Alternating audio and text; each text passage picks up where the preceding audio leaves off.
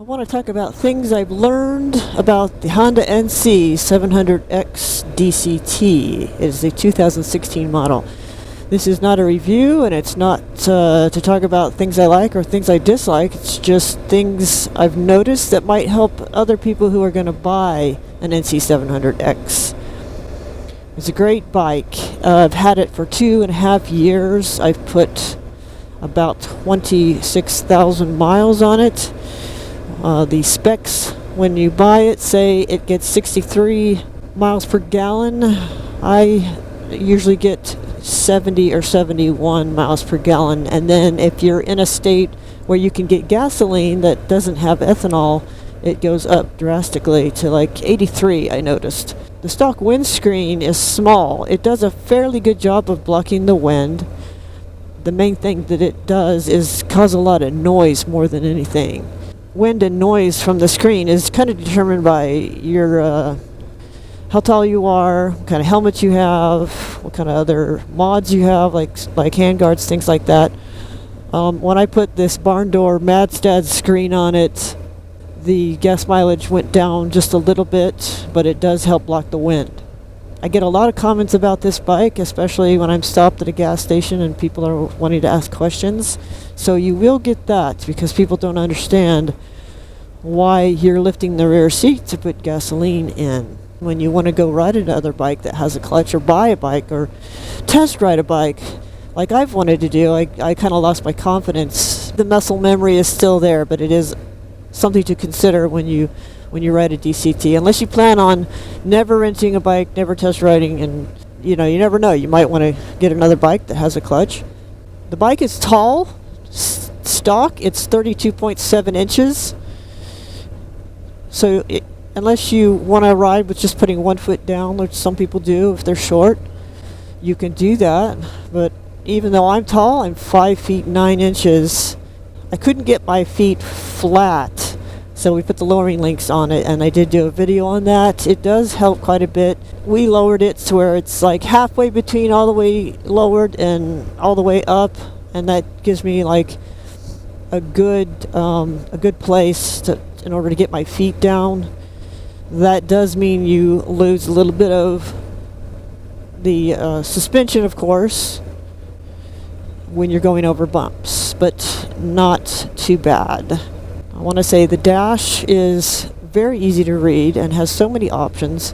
I will say that I usually only ride in sport mode 1, even though you have 3 sport modes, drive mode and manual mode. I usually only ride in sport mode 1 because it just puts it in that sporty, peppy feel that I need. And those can be programmed, as I've mentioned before on other videos, but it is convenient to have those options. The stock seat is hard, so you will probably need to get either another aftermarket seat and or put a sheepskin or AirHawk on the seat to give you some comfort for long rides. But that will raise you sometimes an inch. One of the best features about this bike is the frunk and all the storage that you have there. You can fit a full-size helmet in there.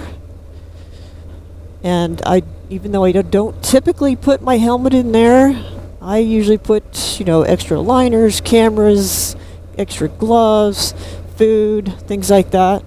The thing is, if you do put your helmet in there, you'll have to remove your comm system and or if you have a camera on there so it'll fit, because it's a tight fit. The bike has performed wonderfully. The one time I dropped it on the ice,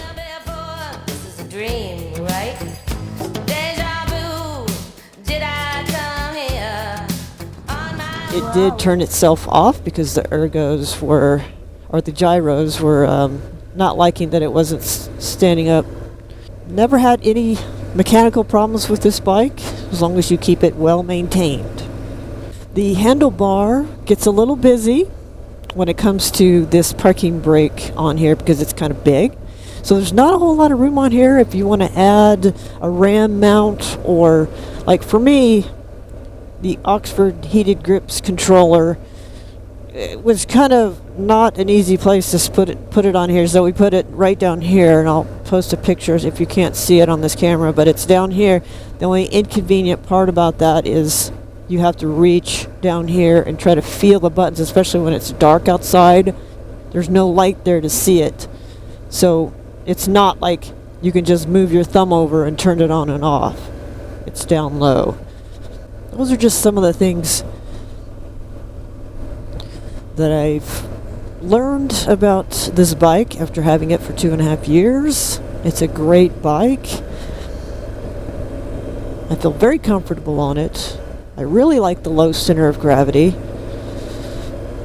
I commute on it to work every day, and I've never had a problem with it. So I hope that helps anyone who's interested or has questions about getting an NC with a DCT.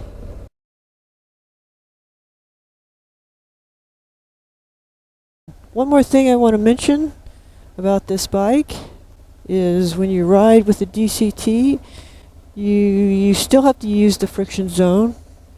Well, that was a wide turn. I get nervous using it because I'm still not quite able to finesse it like I want to, and I'm on a little bit of gravel right here. But so if you don't have the clutch and you're using the DCT, you will use some rear brake. And I'm looking right at the ground, and I shouldn't be.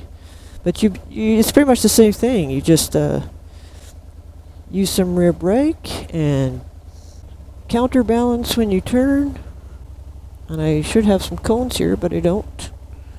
But just to make my point, that's one thing to think about when you're doing tight U-turns and slow speed maneuvers with a Honda NC700x DCT.